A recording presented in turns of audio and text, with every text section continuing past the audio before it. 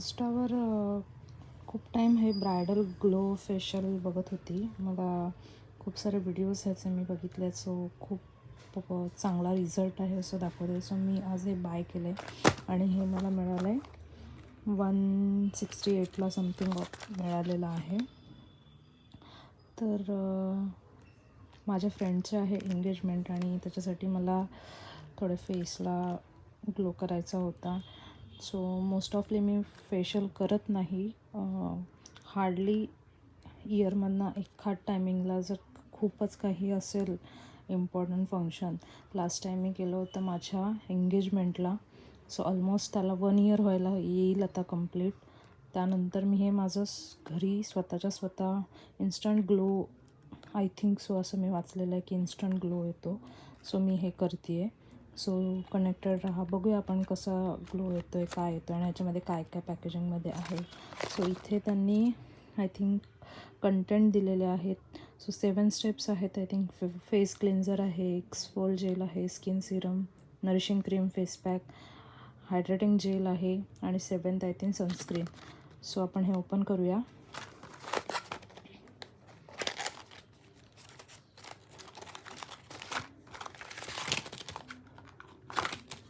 हो wow. So हे अशा स्टेप्स वाईज पॅकेट्स आहेत. हे 1 टाईम यूज आहे मे बी. आणि ह्यातली मोस्ट इम्पॉर्टंट आणि खूप चांगली गोष्ट म्हणजे ह्याच्यामध्ये अरोमाचं हे सिरम आलेलं आहे.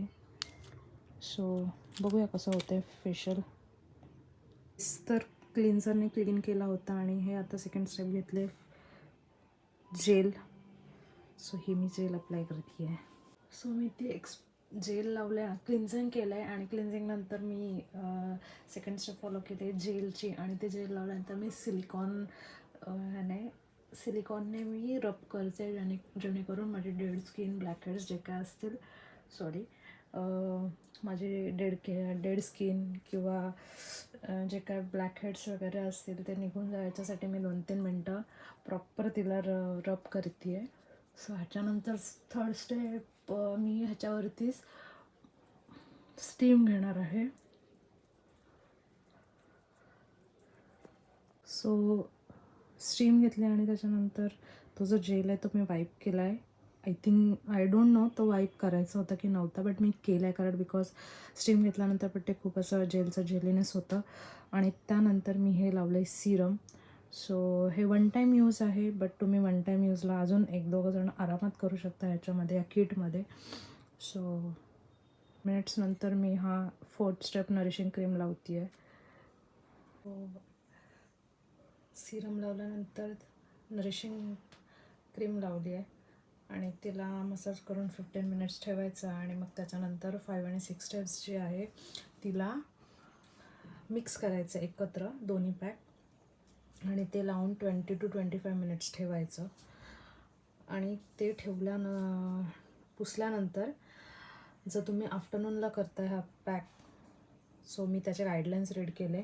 त्याच्यामध्ये असं दिलं जर तुम्ही आफ्टरनूनला यूज करत असाल तर ती सनस्क्रीन लावायची.